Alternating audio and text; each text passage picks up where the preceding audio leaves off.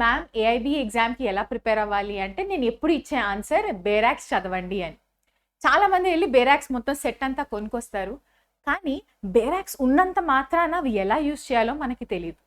ఈ లెక్చర్లో నేను బేరాక్ట్ అసలు అంటే ఏంటి, ఈ బేరాక్స్ అన్ని కొనుక్కొచ్చాం కదా, వీటిని చదవడం ఎలా, బేరాక్ లోపల అసలు ఉండేది ఏంటి కంటెంట్, ఈ బేరాక్స్తో మనం ఏఐబిలో ఎలా ఆన్సర్స్ వెతకాలి, ఈ పాయింట్స్ అన్ని నేను ఇవాళ లెక్చర్లో కవర్ చేస్తాను. ఇది చాలా ఇంపార్టెంట్ లెక్చర్ అండి, బేసిక్స్ నుంచి కవర్ చేయబోతున్నా. నేను ఇచ్చే సజెషన్ ఏంటి అంటే, నేను ఏ అయితే బేరాక్స్ ఇక్కడ ఆన్లైన్లో మీకు చూపిస్తూ ఎక్స్ప్లెయిన్ చేస్తున్నానో మీరు కూడా ఆ బేరాక్ తీసుకొని కూర్చోండి. ఫర్ ఎగ్జాంపుల్ నేను ఫస్ట్ ఎక్స్ప్లెయిన్ చేసే కాన్సెప్ట్స్ అన్ని ఐపీసీ ఇండియన్ పీనల్ కోడ్ బేరాక్ ద్వారా మీకు ఎక్స్ప్లెయిన్ చేయబోతున్నా. సో మీరు కూడా వెళ్ళి ఐపీసీ బేరాక్ తీసుకొని రండి, సో దట్ మీకు అర్థమవుతుంది. అచ్చా మేడం చెప్పేది ఇక్కడ నా బేరాక్లు ఎక్కడుంది, అచ్చా ఈ సెక్షన్ చూడమంటున్నారు, సెక్షన్ కింద చూడమంటున్నారు, నా బుక్లో అది ఎక్కడుంది, ఇవన్నీ మీకు అర్థం అవ్వాలంటే నాతో పాటు మీరు బేరాక్ట్ ఓపెన్ చేసి కూర్చుంటేనే అర్థమవుతాయి. సో ఖచ్చితంగా బేరాక్స్ పట్టుకురండి. దీంట్కి ఐపీసీ బేరాక్ తీసుకురండి, అలాగే ఏదైనా కొత్త బేరాక్, నేనైతే భారతీయ న్యాయ సంహిత బేరాక్ తీసుకొని ఎక్స్ప్లెయిన్ చేస్తాను. అలాగే సిపిసి బేరాక్ ఖచ్చితంగా తీసుకొని రండి ఈ వీడియోకి. ఎందుకు అంటే సిపిసి మిగతా బేరాక్స్ కంటే కొంచెం డిఫరెంట్గా ఉంటుంది, ఆ పాయింట్స్ కూడా చెప్తాను నేను. సో ఖచ్చితంగా సిపిసి బేరాక్ కూడా తీసుకొని కూర్చోండి ఈ క్లాస్కి. మీ దగ్గర ఏ పబ్లిషర్ ఉంటే ఆ పబ్లిషర్ బేరాక్ తీసుకోండి. ఓకే, నేను మీకు చూపించడం ఈజీగా ఉంటుంది కాబట్టి ఆన్లైన్లో ఈ కాపీల ద్వారా చూపిస్తాను. అయితే అసలు బేరాక్ట్ లోపలికి వెళ్ళే ముందర ఒక చిన్న పాయింట్ అందరికీ తెలియాల్సిన విషయం ఏంటి అంటే, అసలు బేరాక్ట్ అంటే ఏంటి అన్న విషయం. మనం లాయర్స్ కదా, అంటే మనకి లా తెలిసి ఉండాలి. ఇండియాలో ఏదైనా లా అయ్యింది అంటే అది ఎవరు తయారు చేస్తారు? పార్లమెంట్ తయారు చేస్తుంది. స్టేట్ లెవెల్లో అయితే స్టేట్ అసెంబ్లీ, నేషనల్ లెవెల్లో అయితే నేషనల్ పార్లమెంట్ తయారు చేస్తుంది.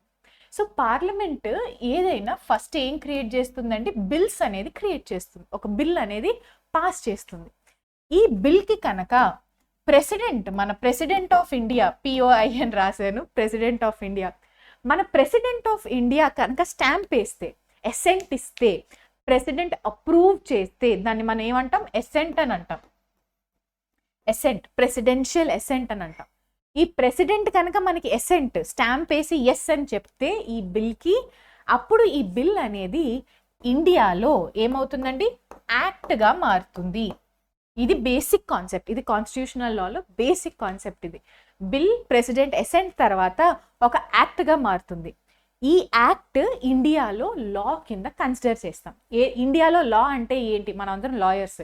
ఇండియాలో అసలు లా అంటే ఏంటి అంటే, ఈ యాక్ట్లో ఏం చెప్తే అదే లా. ఈ యాక్టే ఈ బేరాక్ట్ బుక్స్. మీరు చాలా బేరాక్ట్ బుక్స్ చూసుంటారు, ఇప్పుడు ఏఐబి ఎగ్జామ్ కొనుక్కొని ఉంటారు. ఈ ఎగ్జామ్కి ఈ బేరాక్లోంచే క్వశ్చన్స్ ఎక్కువగా అడుగుతారు. ఎందుకు అంటే లా అంతా ఎక్కడుందండి? ఈ బేరాక్స్లోనే ఉంది. ఎందుకు ఏఐబి ఎగ్జామ్లో బేరాక్ట్ అని పదే అంటాము? ఎందుకంటే లాయర్స్గా మీకు తెలియాల్సిన లా అంతా ఈ యాక్ట్స్లోనే ఉంది.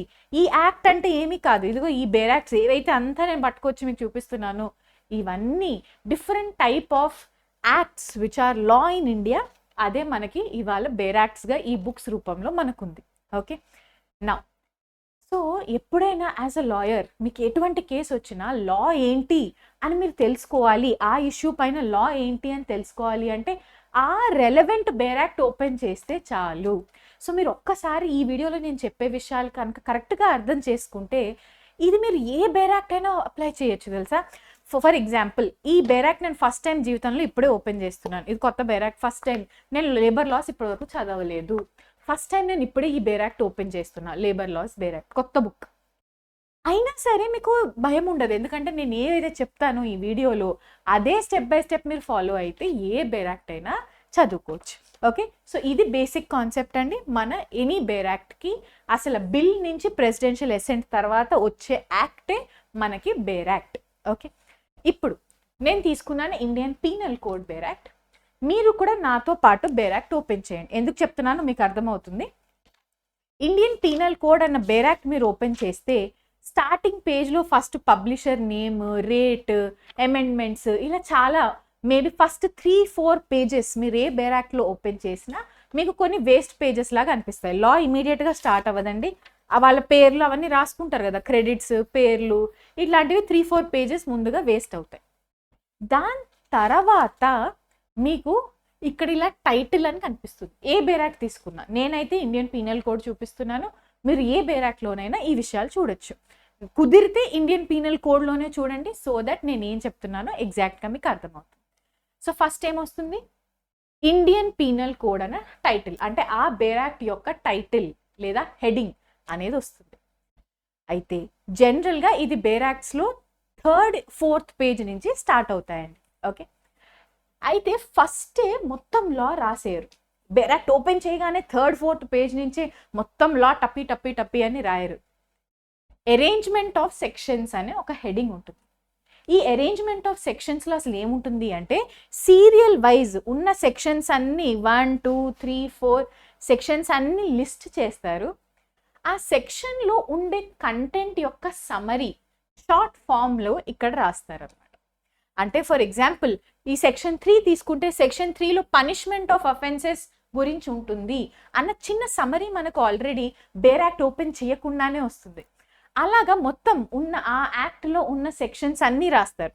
ఫర్ ఎగ్జాంపుల్ ఇది ఓకే, ఇదంతా అయిపోయిందండి. ఓకే, ఇక్కడ చూడండి 34, 35, 36, 37 ఈ సెక్షన్స్లో ఉన్న పాయింట్స్ ఏంటి అన్న దాని యొక్క సమరీ మనకి ఇక్కడే దొరుకుతుంది.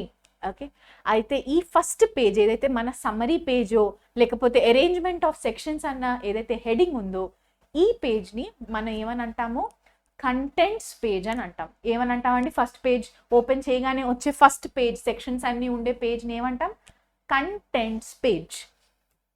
కంటెంట్స్ పేజ్ అని అంటాం. ఇదే కంటెంట్స్ పేజ్ని కొంతమంది బేరాక్ట్ ఇండెక్స్ అని కూడా అంటారు. ఓకే, ఇండెక్స్ నుంచి క్వశ్చన్స్ చేయొచ్చు, బేరాక్ట్ ఇండెక్స్ని యూజ్ చేయండి అని నేను అన్నా కూడా దాని మీనింగ్ ఏంటి ఇదే. కంటెంట్స్ పేజ్ యూజ్ చేయండి అని అన్నా కూడా మీనింగ్ ఇదే. కొన్ని బేరాక్స్లో ఇక్కడ అరేంజ్మెంట్ ఆఫ్ సెక్షన్స్ అని ఉండదండి, డైరెక్ట్ కంటెంట్స్ అనే ఉంటుంది. ఏదన్నా మీనింగ్ ఒక్కటే. ఓకే, కంటెంట్స్ అని ఉన్నా, ఇండెక్స్ అని ఉన్నా, ఎవరైనా మాట్లాడేటప్పుడు కంటెంట్స్ ఇండెక్స్ అని అన్నా, ఏదైనా వాళ్ళు రిఫర్ చేసే పేజ్ ఇది. ఇది ప్రతి బేరాక్ట్కి ఉంటుంది. ఫర్ ఎగ్జాంపుల్ నేను ఇప్పుడు నా దగ్గర ఇండియన్ కాంట్రాక్ట్ యాక్ట్ బేరాక్ట్ కూడా ఉందండి. ఇప్పుడు నేను ఓపెన్ చేశాను. ఫస్ట్ పేజ్లో వాడు ఏదో రాసుకున్నాడు, నాకు అనవసరం. సెకండ్ పేజ్లో ఇదిగో లెక్సిస్ నెక్సిస్ వాళ్ళ ఈ పబ్లిషర్ యొక్క డీటెయిల్స్ ఇక్కడ ఉన్నాయి, నాకు ఈ సెకండ్ పేజ్ కూడా అనవసరం. ఇదిగో థర్డ్ పేజ్ ఇక్కడ నుంచి మీరు కనుక చూడగలిగితే ఇండియన్ కాంట్రాక్ట్ యాక్ట్లో కూడా సేమ్ ఫస్ట్ టైటిల్ ఉంటుంది. హార్డ్ కాపీ, సాఫ్ట్ కాపీ అన్నా, హార్డ్ కాపీ అన్నా, ప్రింట్అవుట్ అన్నా, ఏ బేరాక్ట్ తీసుకున్నా కూడా ఈ పేజ్ అనేది కంపల్సరీ. చూడండి, ఇండియన్ కాంట్రాక్ట్ యాక్ట్ కంటెంట్స్ అని ఇక్కడ రాస్తుంది. సేమ్ ఇక్కడ మళ్ళీ సెక్షన్ 1, 2, 3, 4 అని లిస్ట్గా ఉన్న సెక్షన్స్ అన్నీ రాశారు. అయితే ఇదంతా ఎందుకు ఇన్నిసార్లు చెప్తున్నాను అంటే కంటెంట్స్ పేజ్ అనేది చాలా చాలా important. Please note this down. AIB exam పర్స్పెక్టివ్లో కనుక మనం మాట్లాడితే కంటెంట్స్ పేజ్ని బేస్ చేసుకొని, ఈ కంటెంట్స్ పేజ్ లేదా ఇండెక్స్ పేజ్ బేస్ చేసుకొని మీకు డైరెక్ట్గా 25 to 30 క్వశ్చన్స్ ఆన్సర్ చేయొచ్చు. మొత్తం 100 మార్క్స్ కదా మన ఏఐబి పేపర్.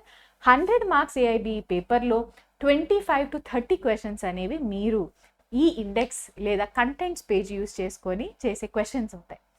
ఈ క్వశ్చన్స్కి హింట్స్ అనేవి అన్ని హింట్స్, ఆన్సర్స్ అన్నీ మనకి తెలియాలి అంటే కంటెంట్స్ పేజ్, ప్రతి బేరాక్ట్ యొక్క కంటెంట్స్ పేజ్ ఓపెన్ చేసి ఆ కంటెంట్స్ పేజ్లో మనం అసలు ఎక్కడ ఉన్నాయి ఈ పాయింట్స్ అనేది చూడడం అవసరం. సో ప్రతి బేరాక్ట్, మీ దగ్గర మొత్తం బేరాక్ట్ చదవడానికి టైం లేకపోయినా ప్లీజ్ నోట్ దిస్ డౌన్. నేను చెప్పే ప్రతి పాయింట్ మీకు చాలా యూస్ఫుల్ పాయింట్స్ అండి. సో ఖచ్చితంగా వీడియో అంతా వింటున్నప్పుడు జస్ట్ వినడం కాకుండా పాయింట్స్ కూడా నోట్ డౌన్ చేసుకోండి. నేను చెప్పే పాయింట్ ఏంటంటే మీ దగ్గర కనుక ఏఐబి ప్రిపరేషన్కి ఎక్కువ టైం లేదు అని అనుకున్నా సరే, సిలబస్లో ఉన్న బేరాక్ట్స్ అన్నిటికీ ఏవైతే మన ఇండెక్స్ ఉందో లేదా కంటెంట్స్ పేజ్ ఉందో అట్లీస్ట్ ఆ పేజెస్ని ప్రతి బేరాక్ట్కి 1 to 2 times చదువుకొని వెళ్ళండి. That is the bare minimal అండి. అంటే ఒక్కసారైనా అసలు ఇండెక్స్ పేజ్లో ఏముంది అని బుక్ తిరిగేసి ఫస్ట్ 3-4 పేజెస్ అయినా మీరు చూడాలి. చూడకపోతే ఎగ్జామ్లో అస్సలు ఆన్సర్ చేయలేరు. ఓకే, ఖచ్చితంగా. ఎందుకంటే 25 to 30 క్వశ్చన్స్ ఈజీ క్వశ్చన్స్ అండి ఇవి. మీరు కనుక ఇవి చేయకపోతే ఖచ్చితంగా ఏఐబి 19 ఫెయిల్ అవుతారు. అది నేను దాంట్లో డౌట్ ఏం లేదు. ఎందుకంటే మోస్ట్ ఈజీ క్వశ్చన్స్ కూడా మీరు చేయలేకపోతే ఇంకా బేరాక్ లోపలికి వెళ్ళి ఆన్సర్స్, క్లాజెస్లో వెతికే ఆన్సర్స్ చేయడం ఇంకా కష్టం అవుతుంది. సో ఖచ్చితంగా చెప్పే పాయింట్ ఏంటి, ప్రతి బేరాక్ట్కి టైం లేకపోయినా సరే ఎగ్జామ్ ముందర అట్లీస్ట్ 2 times ప్రతి బేరాక్ట్ యొక్క ఇండెక్స్ రీడ్ చేసుకొని వెళ్ళండి. ఇప్పుడు ఎలా రీడ్ చేయాలో నేను చెప్తాను, బట్ రీడ్ చేసుకొని అయితే వెళ్ళండి. ఓకే, సో మనకు ఇండెక్స్ కంటెంట్స్ పేజ్ చూసాము. దాని తర్వాత ఇదిగో సెక్షన్ 1, 2, 3, 4 ఇలా లిస్ట్ అయితే ఉంది. అయితే మీరు ఇక్కడ గమనిస్తే సెక్షన్ 5 తర్వాత ఐపీసీ బేరాక్ట్ ఓపెన్ చేస్తే మీరు కూడా చూడండి, మీ బేరాక్ట్లో కూడా ఇలాగే ఉంటుంది. సెక్షన్ 5 తర్వాత ఇమీడియట్గా సెక్షన్ 6 అనేది రాలేదు. సెక్షన్ 5 తర్వాత ఏమైంది, ఇదిగో చాప్టర్ 2 అని వీళ్ళు ఇక్కడ రాశారు. చాప్టర్ 2 జనరల్ ఎక్స్ప్లెనేషన్స్ అని. దాని తర్వాత మళ్ళీ కొంచెం కనుక మీరు నెక్స్ట్ పేజ్లోకి వెళ్తే 52A తర్వాత మళ్ళీ ఇంకొక గ్యాప్ తీసుకొని చాప్టర్ 3 పనిష్మెంట్స్, మళ్ళీ ఇంకొంచెం గ్యాప్ తీసుకొని వెళ్తే చాప్టర్ 4 జనరల్ ఎక్సెప్షన్స్. మీ బేరాక్లో కూడా ఉన్నాయా ఇలాగా? ఒకసారి చూడండి, ఇప్పుడు చూడండి, నాతో పాటు చూడండి, ఉన్నాయా ఇలా చాప్టర్ వైజ్ ఉన్నాయా? ఎందుకు ఉన్నాయి చాప్టర్స్? ఎందుకు అంటే ఫస్ట్ ఆఫ్ ఆల్ వీటిని ఏమంటారు, చాప్టర్ హెడ్డింగ్ అంటారు. ఏమని అంటామండి, చాప్టర్ 1 ఇది, చాప్టర్ 2 ఇది, chapter 3 punishment, chapter 4 general exceptions. ఇవన్నీ ఏవైతే ఉన్నాయో వీటిని మనం చాప్టర్ హెడ్డింగ్స్ అని అంటాం. ఏమని అంటాం, చాప్టర్ హెడ్డింగ్స్. నోట్ డౌన్ చేసుకుంటే చేసుకోండి, చాప్టర్ హెడ్డింగ్స్. ఈ చాప్టర్ హెడ్డింగ్స్ అనేవి మనకి మోస్ట్ ఇంపార్టెంట్ అండి ఏఐబి ఎగ్జామ్లో. ఇప్పుడు ఫర్ ఎగ్జాంపుల్ మీ ఫ్రెండ్ ఒక కాలనీలో ఉన్నారని మీకు తెలుసు, కానీ కరెక్ట్ ఇంటి అడ్రస్ తెలియాలి అంటే ఓన్లీ కాలనీ పేరు తెలిస్తే సరిపోదు కదా. కాలనీ అంటే ఇందిరానగర్ కాలనీ, గాంధీనగర్ కాలనీ, ఈ కాలనీ, ఆ కాలనీ, చాలా వీధులు ఉంటాయి. ఆ వీధులు అన్నిటిలోనూ మీ ఫ్రెండ్ ఇల్లు ఎక్కడుంది అని మీకు తెలియాలి అంటే ఇంకొన్ని క్లూస్ కావాలి. Only just Indiranagar or only just Gandhinagar అని తెలిస్తే మాత్రం ఆటోమేటిక్గా మీరు వెళ్ళి మీ ఫ్రెండ్ ఇల్లు వెతుక్కోలేరు, అవునా కదా? సో ఏఐబి ఎగ్జామ్లో కూడా అవును ఆన్సర్ కాంట్రాక్ట్ యాక్ట్లో ఉంటుంది అని నేను చెప్పినంత మాత్రాన మీరు ఆన్సర్ వెతుక్కోలేరు. ఎందుకంటే మీకు అడిషనల్ క్లూస్ కూడా కావాలి. ఓన్లీ ఇందిరానగర్లో ఇల్లు ఉంది అంటే కుదరదు. ఇందిరానగర్లో ఎన్నో వీధి, ఎన్నో స్ట్రీట్, ఎన్నో కట్, సెకండ్ లెఫ్టా, థర్డ్ లెఫ్టా, ఏవో ఒక హింట్స్ ఉండాలి కదా. ఆ చెట్టు ఉంటుందా, ఇది ఉంటుందా, ఈ షాప్ ఉంటుందా, లైట్ పోస్ట్ ఉందా, ఏదో ఒక హింట్స్ అయితే మనకు కావాలి కదా. సిమిలర్లీ ఐపీసీలో బేరాక్లో ఉంటుంది, ఐపీసీ బేరాక్ వెతుక్కోండి అని నేను మీకు హింట్ ఇచ్చినా కూడా మీరు ఎగ్జామ్లో ఆన్సర్ చేయలేరండి. ఎందుకంటే ఐపీసీ బేరాక్ట్ ఏమి 2 పేజీలు కాదు, 2 వీధులు కాదు ప్రతి ఇల్లు వెతుక్కోవడానికి. 511 సెక్షన్స్ ఉన్నాయి ఐపీసీలో. ఏ సెక్షన్లు ఎక్కడ వెతుకుతారు? మీకు ఎగ్జామ్ హాల్లో 1 minute టైం పర్ క్వశ్చన్ ఉంటుంది. ఎలా వెతుకుతారు? కాబట్టి మీకు హింట్స్ అనేవి కావాలి. అడ్రస్ వెతుక్కోవడానికి హింట్స్ ఎలా కావాలో, మోర్ ఇన్ఫర్మేషన్ ఎలా కావాలో, ఏఐబి ఎగ్జామ్లో బేరాక్లో ఆన్సర్స్ వెతకడానికి కూడా మీకు హింట్స్ అనేవి కావాలి. కాబట్టి ఆ హింట్సే మనకి చాప్టర్ హెడ్డింగ్స్.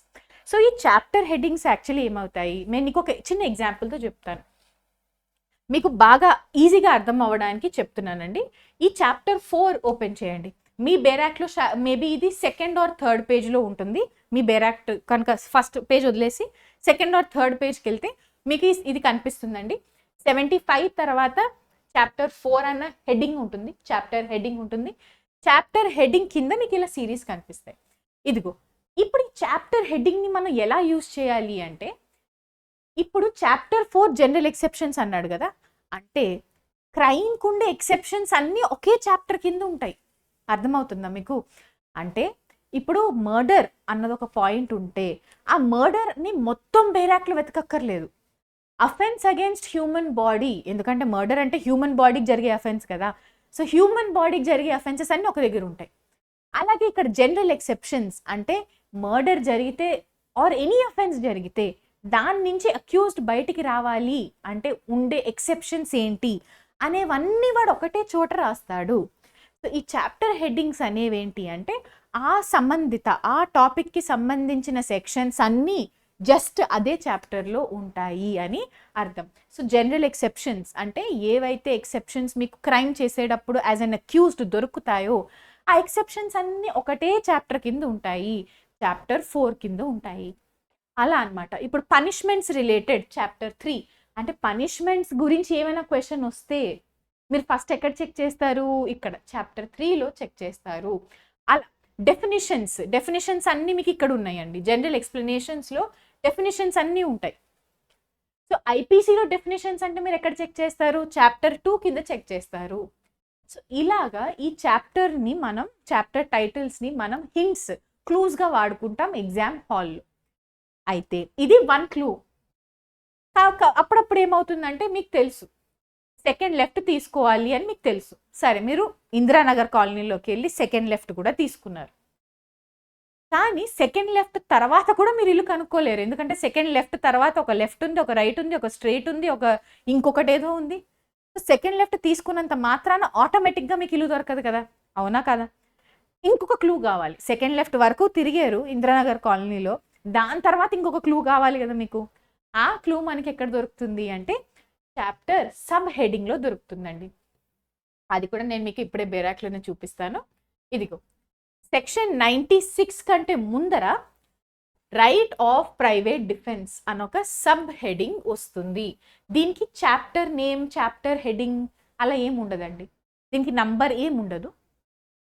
జస్ట్ డైరెక్ట్ మీకు రైట్ ఆఫ్ ప్రైవేట్ డిఫెన్స్ అని కనిపిస్తుంది. కనిపించిందా మీ బేరాక్లో కూడా? సెక్షన్ 96కి ముందర. ఓకే, దీన్ని మనం ఏమంటాం? Sub heading yeah sub chapter heading అంటాం. సబ్ హెడింగ్ అని రాసుకోండి. Sub heading. ఇప్పుడు ఇది ఎలా అంటే రెండో లెఫ్ట్ తిరిగిన తర్వాత మూడో ఇల్లు, ఆర్ రెండో లెఫ్ట్ తిరిగిన తర్వాత ఇంకొక లెఫ్ట్ తిరిగిన తర్వాత మొదటి ఇల్లు, ఇలా ఇంకొక స్టెప్ ఆఫ్ అడ్రస్ కావాలి కదా మనకి. ఆ ఇంకొక స్టెప్ ఆఫ్ అడ్రస్సే ఈ సబ్ హెడింగ్ అనమాట. మీరు ఫస్ట్ ఏమని వెతికారు? జనరల్ ఎక్సెప్షన్స్లోకి వస్తుందా రావట్లేదా అని ఈ చాప్టర్ కరెక్ట్గానే వెతికారు, ఇక్కడ వరకు వచ్చారు. కానీ క్వశ్చన్లో అడిగింది జనరల్ ఎక్సెప్షన్స్లో ఉండే ఒక స్పెసిఫిక్ ఎక్సెప్షన్, ప్రైవేట్ డిఫెన్స్ అన్న ఎక్సెప్షన్ గురించి వాడు అడిగాడండి.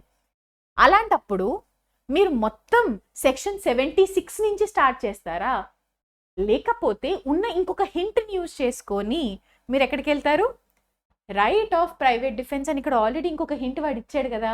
క్వశ్చన్లో కూడా వాడు రైట్ ఆఫ్ ప్రైవేట్ డిఫెన్స్ గురించే కదా అడుగుతున్నాడు. సో అలాంటప్పుడు మీరు ఏం చేస్తారు? ఈ హింట్ని పిక్ చేసుకోవాలి. ఈ సబ్ హెడింగ్ మనకి ఇంకొక లెవెల్ ఆఫ్ హింట్, ఇంకొక లెవెల్ ఆఫ్ డైరెక్షన్, మనం ఈ ఇల్లు వెతుక్కునే ఆటలో ఇంకొక హింట్గా తయారవుతుంది. అలాగే ఈ సబ్ హెడింగ్స్ అనేవి కొన్ని పార్ట్స్లో ఉంటాయి, అవి మనకి ఎడిషనల్ క్లూస్ ఇస్తాయి. సో ఇప్పటి వరకు మనం నేర్చుకున్నది ఏంటి? కంటెంట్స్ పేజ్ అని ఉంటుంది. కంటెంట్స్ పేజ్లో మనకి ఇలా చాప్టర్ హెడ్డింగ్స్ అని ఉంటాయి. ఈ చాప్టర్ హెడ్డింగ్స్ మనకి క్లూస్. ఏఐబి ఎగ్జామ్లో ఆ టాపిక్కి వచ్చిన క్వశ్చన్ ఇక్కడ మాత్రమే వెతుకుతారు. మొత్తం 500 సెక్షన్స్లో వెతకాల్సిన అవసరం లేదు. 76 నుంచి ఇక్కడ ఉన్న సెక్షన్స్లో వెతికితే సరిపోతుంది. ఇప్పుడు దీంట్లో కూడా అప్పుడప్పుడు మనకి ఎడిషనల్ హింట్స్ దొరుకుతాయి. అదే మన right of private defence. For example క్వశ్చన్లో డైరెక్ట్గా ప్రైవేట్ డిఫెన్స్ అన్న క్వశ్చన్ వచ్చిందంటే మీరు 76 నుంచి వెతకాల్సిన అవసరం కూడా లేదు. 96 నుంచి 106 వరకు వెతికితే చాలు. మళ్ళీ 107 నుంచి వేరేది, 107 వేరే టాపిక్, 107లో దొరకదు ఆన్సర్.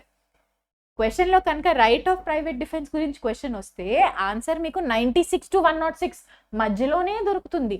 అదే ఈ టాపిక్, వాడు ఇచ్చిన క్లూయే అది. వీళ్ళు పెట్టిన పేర్లే ఇవి క్లూస్ మనకి. బేరాక్లో ఆన్సర్స్ వెతకడానికి మన క్లూస్.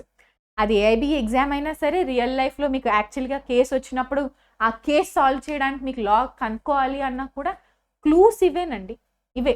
సో 96 to 106 మధ్యలోనే రైట్ టు ప్రైవేట్ డిఫెన్స్ ఉంటుంది, దీని కింద ఉండదు. ఎందుకంటే 106 తర్వాత చూడండి వేరే టాపిక్ స్టార్ట్ అయిపోయింది. చాప్టర్ 5 ఎబెట్మెంట్ అనేది ఒక డిఫరెంట్ కాన్సెప్ట్. క్రిమినల్ లాలో ఎబెట్మెంట్ అనేది వేరే కాన్సెప్ట్.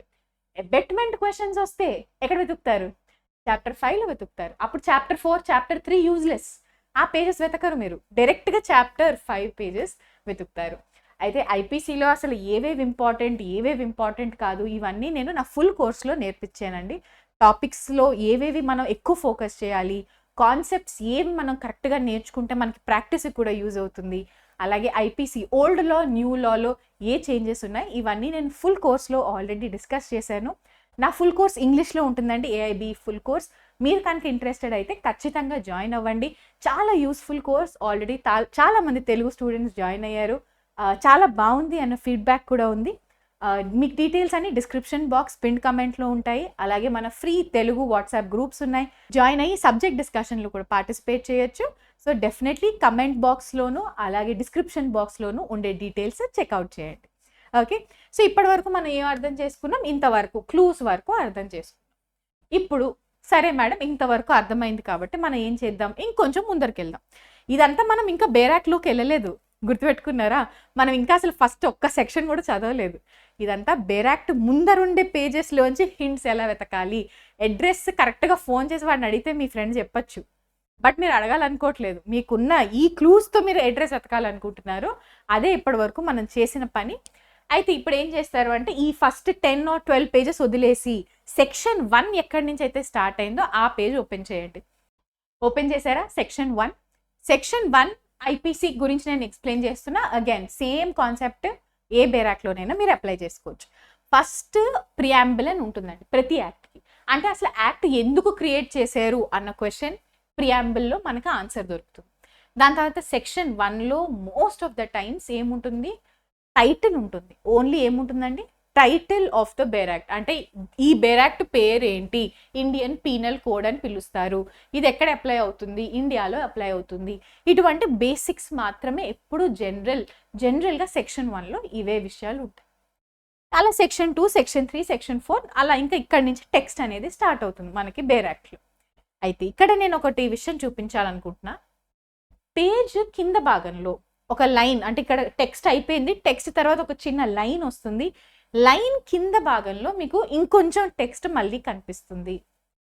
ఈ లైన్ ప్రతి పేజ్లోనూ ఎండింగ్లో లైన్ కింద ఉండే టెక్స్ట్ని మనం ఫుట్ నోట్ అంటాం. ఏమనంటాం?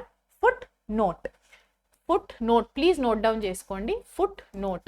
నేను చెప్పే పాయింట్ ఇక్కడ చాలా చాలా ఇంపార్టెంట్. ప్లీజ్ అస్సలు మర్చిపోకండి. ఎప్పుడైనా ఏఐబి ఎగ్జామ్లో అమెండ్మెంట్ గురించి క్వశ్చన్స్ వస్తే మీకు ఆన్సర్ అనేది ఫుట్ నోట్లో మాత్రమే దొరుకుతుంది. సో ఇక్కడ ఖచ్చితంగా మీరు నోట్ డౌన్ చేసుకోవాల్సింది ఏంటంటే అమెండ్మెంట్ క్వశ్చన్స్. ఇది ఏ బేర్ యాక్ట్ అయినా, మీరు కాన్స్టిట్యూషనల్ లా బేర్ యాక్ట్ తీసుకోండి, లేదా అంటే కాంట్రాక్ట్ యాక్ట్ బేర్ యాక్ట్ తీసుకోండి, కొత్త బేర్ యాక్ట్స్ తీసుకోండి. ఎనీ బేర్ యాక్ట్లో ఫుట్ నోట్స్ అనేది చాలా ఇంపార్టెంట్. ఫుట్ నోట్స్ని బేస్ చేసుకొని క్వశ్చన్స్ వస్తాయి ఎగ్జామ్లో. అమెండ్మెంట్ ఎప్పుడైనా వాడు క్వశ్చన్లో అమెండ్మెంట్ ఏంటి, ఏ అమెండ్మెంట్ ద్వారా ఈ అమెండ్మెంట్ కరెక్టా కాదా అని ఎప్పుడైనా అమెండ్మెంట్ క్వశ్చన్ అడిగాడు అంటే ఆన్సర్ అనేది మీకు ఫుట్ నోట్స్లో దొరుకుతుంది. ఐపీసీలో అమెండ్మెంట్ అడిగినా ఫుట్ నోట్సే చెక్ చేయాలి, కాన్స్టిట్యూషనల్ లాలో అమెండ్మెంట్ అడిగినా ఫుట్ నోట్సే చెక్ చేయాలి.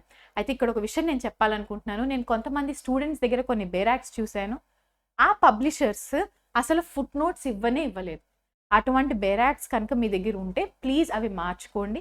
ఎందుకు అంటే మీకు అట్లీస్ట్ 3 to 4 క్వశ్చన్స్ అయితే వస్తాయండి. అమెండ్మెంట్ నుంచి 3 to 4 క్వశ్చన్స్ అయితే వస్తాయి. ఇప్పుడు అది ఏ బేర్ యాక్ట్ నుంచి వస్తాయో మనకు తెలియదు ఎగ్జామ్ హాల్లో. లాస్ట్ టైం సిపిసి నుంచి అమెండ్మెంట్ క్వశ్చన్స్ వచ్చాయి. ఏఐబి 18లో సిపిసి అమెండ్మెంట్స్ నుంచి 2 క్వశ్చన్స్ వచ్చాయి. అలాగే కాన్స్టిట్యూషన్ అమెండ్మెంట్స్ 2 or 3 క్వశ్చన్స్ వచ్చాయి. సో మనం గెస్ చేయలేం ఏ ఇయర్లో ఏ అమెండ్మెంట్ క్వశ్చన్స్ వస్తాయని. సో ఫుట్ నోట్స్ ఉన్న బేర్ యాక్ట్స్ మాత్రమే కొనుక్కోవాలి. ఇంకొక విషయం, ఫుట్ నోట్స్ని కమెంట్స్ కింద కన్సిడర్ చేయరు, ఫుట్ నోట్స్ని విత్ నోట్స్ అని కన్సిడర్ చేయరు. Footnotes is not comments. ఫుట్ నోట్స్ని కమెంట్స్ కింద కన్సిడర్ చేయరు. ఫుట్ నోట్స్ బేర్ యాక్ట్ యొక్క భాగమే. ఓకే, సో ఫుట్ నోట్స్ని కమెంట్స్ కింద కన్సిడర్ చేయరు, ఫుట్ నోట్స్ని నోట్స్ కింద కన్సిడర్ చేయరు. ఫుట్ నోట్స్ అనేది బేర్ యాక్ట్ యొక్క భాగమే, అది ఖచ్చితంగా ఉండాలి. మీరు కొనుక్కునే బేర్ యాక్ట్లో ఫుట్ నోట్స్ అనేవి ఉండాలి. ఓకే, ఇంకొక పాయింట్ చెప్తాను. ఇంకొంచెం మీరు కనుక నెక్స్ట్ పేజ్కి వెళ్తే మీరు ఇక్కడ ఇలస్ట్రేషన్స్ అని కనిపిస్తుంది. ఇక్కడ సెక్షన్ 6 కింద ఇలస్ట్రేషన్స్ అని ఒక హెడింగ్ కనిపిస్తుంది. ఇలాగా ఐపీసీలోను, కాంట్రాక్ట్ యాక్ట్లోను, ఎవిడెన్స్ యాక్ట్లోను, ఇండియన్ ఎవిడెన్స్ యాక్ట్లోను, అలాగే మన కొత్త బిఎన్ఎస్, బిఎస్ఏ కొత్త యాక్ట్స్లోను మీకు ఇలస్ట్రేషన్స్ అనేవి చాలా కనిపిస్తూ ఉంటాయి. ఇలస్ట్రేషన్స్ నుంచి ఏఐబిఈలో డైరెక్ట్ క్వశ్చన్స్ వస్తాయి. ఏఐబిఈలో ఖచ్చితంగా ఇలస్ట్రేషన్ క్వశ్చన్స్ అనేవి వస్తాయి. సో ఇంపార్టెంట్ సెక్షన్స్ ఏవైతే ఉంటాయో వాటి యొక్క ఇలస్ట్రేషన్స్ ఖచ్చితంగా చదువుకొని వెళ్ళాలి. అయితే ఇలస్ట్రేషన్స్ అంటే అసలు ఏంటి మ్యామ్, చదవాలి సరే, బట్ అసలు ఏంటి ఇలస్ట్రేషన్స్ అంటే? ఇదిగో అప్పుడప్పుడు మనకి ఇంకొకరు మనం ఎక్స్ప్లెయిన్ చేసేటప్పుడు ఒక ఎగ్జాంపుల్ చెప్తే అర్థం కాదు. అదే విషయాన్ని ఒక 4, 5, 6, 7 ఎగ్జాంపుల్స్ ఇచ్చి చెప్తే కరెక్ట్గా అర్థమవుతుంది. అవునా కదా? అయితే ఈ బేర్ యాక్ట్ వాళ్ళు రాసే వాళ్ళు కూడా అదే చేశారు. సెక్షన్ 6లో ఒక విషయం చెప్పారండి, కానీ ఆ విషయం మనకు కరెక్ట్గా ఫస్ట్ టైం చదివినప్పుడు అర్థం కాదు. కాబట్టి వాళ్ళు మనకి మోర్ అండ్ మోర్ ఎగ్జాంపుల్స్ ఇచ్చారు ఆ సెక్షన్ 6లో ఉన్న విషయాన్ని అర్థం చేసుకోవడానికి.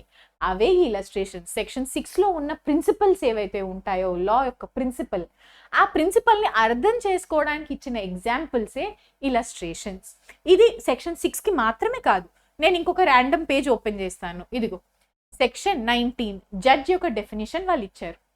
అయితే ఈ జడ్జ్ యొక్క డెఫినేషన్ మనకు కరెక్ట్గా అర్థమైందా లేదా అర్థం చేసుకోవడానికి కావాల్సిన కొన్ని ఎగ్జాంపుల్స్ ఉంటాయి కదా, ఆ ఎగ్జాంపుల్స్ అనేవి అన్ని వాళ్ళే ఇచ్చేసారు. నిజానికి ఇలస్ట్రేషన్స్ ABCD, ఈయన జడ్జ్ అవుతారు, ఈయన జడ్జ్ గారు, ఈయన అవుతారు, ఈయన కాదు అని వాళ్ళే ఎగ్జాంపుల్స్ ఇచ్చారు.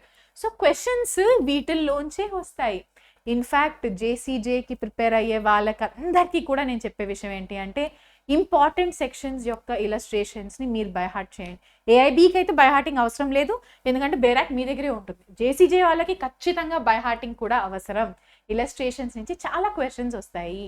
ఓకే, సో ఇలస్ట్రేషన్స్ అనేవి ఏంటంటే ఎగ్జాంపుల్స్.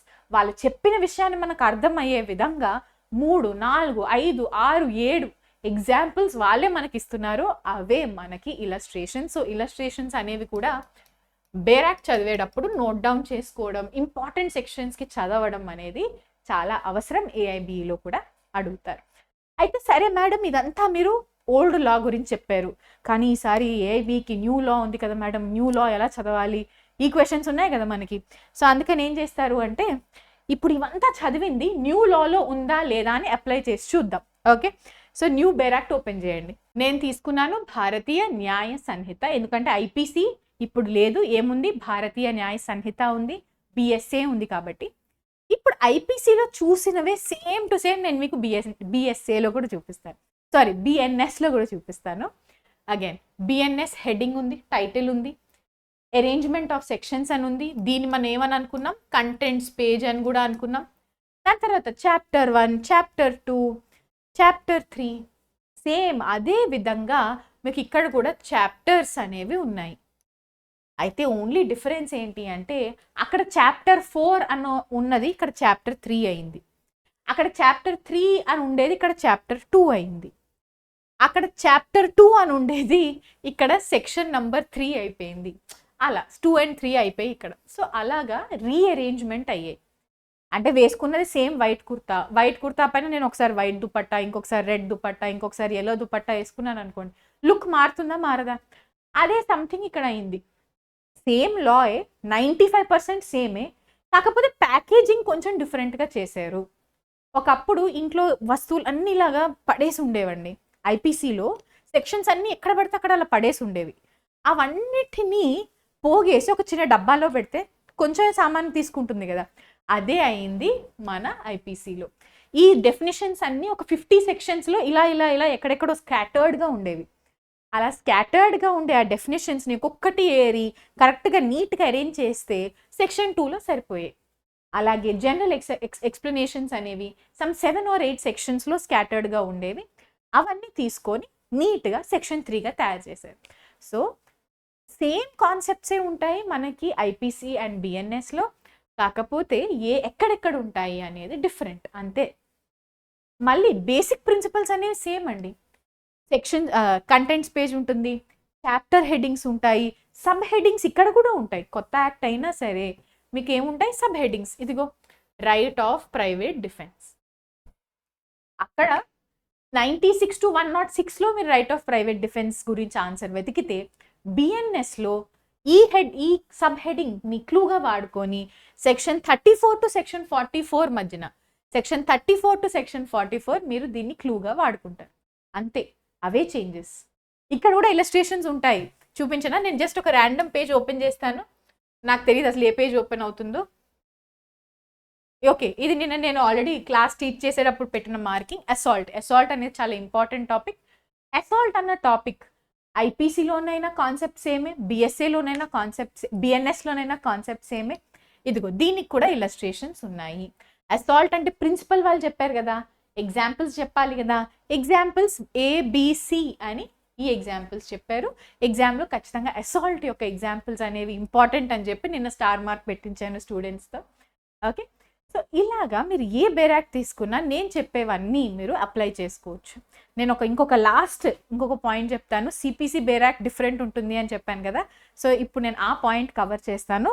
సిపిసి బేరాక్ ప్లీజ్ ఓపెన్ చేయండి. ఓపెన్ చేశారా సిపిసి బేరాక్? అయితే ఫస్ట్లో చూడడానికి పెద్ద డిఫరెన్సెస్ ఏం అనిపించదండి. ఫస్ట్ పేజ్ సేమే, ఏదైతే కంటెంట్స్ పేజ్ ఉంటుందో సిపిసి బేరాక్ కూడా కంటెంట్స్ పేజ్ అయితే ఖచ్చితంగా ఉంటుంది.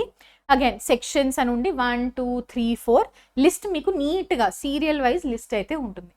కాకపోతే అక్కడ మనం చాప్టర్స్ అని అన్నాం కదా, ఇక్కడ వాటిని మనం పార్ట్స్ అని అంటామండి. పార్ట్ 1, పార్ట్ 2 అలా ఇక్కడ పార్ట్స్ అని అంటాం. అక్కడ చాప్టర్స్ అన్నవి ఇక్కడ పార్ట్స్ అవుతాయి. కాకపోతే ఇక్కడ కూడా సబ్ హెడింగ్స్ అనేవి ఉంటాయి. Place of sewing, for example ఎప్పుడైనా ఎక్కడ కేసు వేయాలి, ఓకే క్వశ్చన్ సరిగ్గా వినండి, ఎక్కడ ఈ కేసు వేయాలి అన్న క్వశ్చన్ వస్తే ఆన్సర్ అనేది మొత్తం సిపిసిలో వెతకాల్సిన అవసరం లేదు.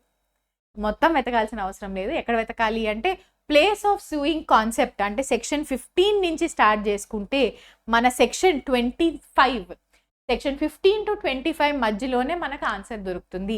ఎందుకు అంటే వాళ్ళే క్లూ ఇచ్చారు కదా, ప్లేస్ ఆఫ్ సూయింగ్ అని వాళ్ళే క్లూ ఇచ్చారు. సో ఓన్లీ అక్కడ చాప్టర్స్ అని ఉంటాయి, ఇక్కడ పార్ట్స్ అని ఉంటాయి. సో ఫస్ట్ కాన్సెప్ట్స్లో పెద్దగా చేంజ్ ఏమి ఉండదండి. కాకపోతే సిపిసిలో ఎడిషనలీ ఆర్డర్స్ అని కూడా చదువుతాం. సెక్షన్స్ అన్నీ అయిపోయిన తర్వాత వాళ్ళు ఆగిపోరు అక్కడ. ఆర్డర్ 1, ఆర్డర్ 2, ఆర్డర్ 3 అని స్టార్ట్ చేస్తారు. సో మీరేం చేస్తారు నేను చెప్తాను.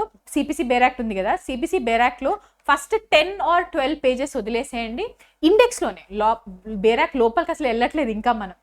ఇదే ఇండెక్స్లో మీరు కనుక పేజెస్ తిప్పుతూ ఉంటే 10th or 12th పేజ్ తర్వాత సెక్షన్స్ అన్నీ అయిపోతాయి. ఆర్డర్ 1, ఆర్డర్ 2 అని స్టార్ట్ అవుతుంది. ఆ పేజ్ ఓపెన్ చేయండి. ఇదిగో సిపిసిలో సెక్షన్ 158 మన లాస్ట్ సెక్షన్, బేరాక్లో లాస్ట్ సెక్షన్ 158. దీని తర్వాత కనుక మీరు నెక్స్ట్ పేజ్కి వెళ్తే ఇదిగో నా బేరాక్లో అది 7th తర్వాత ఇది 8th పేజ్ ఉంది. ఫస్ట్ షెడ్యూల్ అని ఉంటుంది. ఈ షెడ్యూల్స్ అంటే మీనింగ్ ఏంటి అనేది కూడా చెప్తాను, ప్లీజ్ నోట్ డౌన్ చేసుకోండి.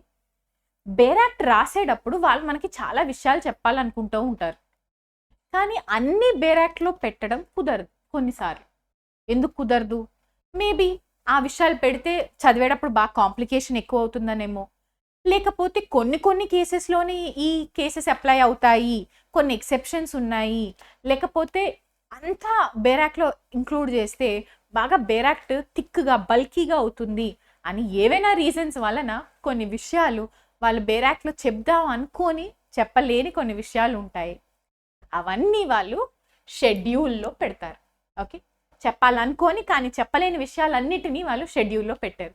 ఈ షెడ్యూల్స్ మనకి అన్నిటికంటే ఎక్కువగా ఎక్కడ ఉంటాయి? Constitutional bare act, constitutional law, constitution of India బేరాక్లో ఉంటాయి. ఎక్కడ ఉంటాయండి? కాన్స్టిట్యూషన్ ఆఫ్ ఇండియా బేరాక్లో ఉంటాయి. 12 షెడ్యూల్స్ ఉంటాయి, చాలా important.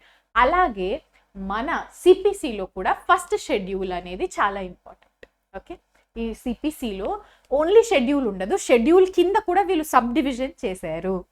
So first సిపిసిలో first schedule తీసుకుంటే దాని కింద మీకు ఆర్డర్ 1 అని కనిపిస్తుంది. అలా టోటల్ 51 ఆర్డర్స్ ఉన్నాయి మన సిపిసిలో. ఆర్డర్ 1, ఆర్డర్ 2, ఆర్డర్ 3 అని ప్రతి ఆర్డర్కి కూడా ఒక టైటిల్ ఇస్తారు. ఇది ఇక్కడ ఆర్డర్ 1 అని రాశారు, దాని తర్వాత ఆర్డర్ 1 యొక్క టైటిల్ కూడా ఇచ్చారు. పార్టీస్ టు సూట్స్ అంటే సూట్ వేసేటప్పుడు పార్టీస్ అనేవాళ్ళు ఎలా ఉండాలి అన్న క్వశ్చన్కి ఆన్సర్ ఇక్కడ దొరుకుతుంది మీకు. సేమ్ కాన్సెప్ట్ సేమే. ఈ టైటిల్ని మీరు యూజ్ చేసుకొని ఏం చేస్తారు? ఆర్డర్ 1లో ఈ పాయింట్స్ ఉంటాయి అని మీరు హింట్ తీసుకుంటారు. సేమ్ జాబ్ అంటే the job that is doing is the same thing, మీకు హింట్స్ ఇస్తోంది. కాకపోతే ఒకప్పుడు అంటే మిగతా బేరాక్స్లో ఇప్పటివరకు మనం చూసిన బేరాక్స్లో ఓన్లీ ఫస్ట్ పేజ్లో ఉన్న సెక్షన్స్ చదివితే సరిపోతుంది. కానీ సిపిసిలో ఆర్డర్స్ కూడా ఉంటాయి కాబట్టి ఆర్డర్స్ నుంచి కూడా హింట్స్ తీసుకోవాల్సిన సిచ్యువేషన్ వస్తుంది. కాకపోతే ఏఐబిఈకి నేను చెప్పే సజెషన్ ఏంటి అంటే మొత్తం 10 మార్క్స్ సిపిసికి వస్తాయి. ఎన్ని మార్క్స్ వస్తాయండి? టోటల్ 10 మార్క్స్ వస్తాయి సిపిసిలో.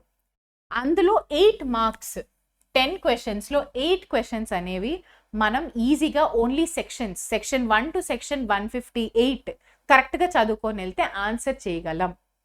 సో 1 or 2 మార్క్స్ కోసం ఈ ఆర్డర్స్ పైన ఎక్కువ టైం వేస్ట్ చేయకండి. ఇది నేను ఇచ్చే ఆనెస్ట్ సజెషన్.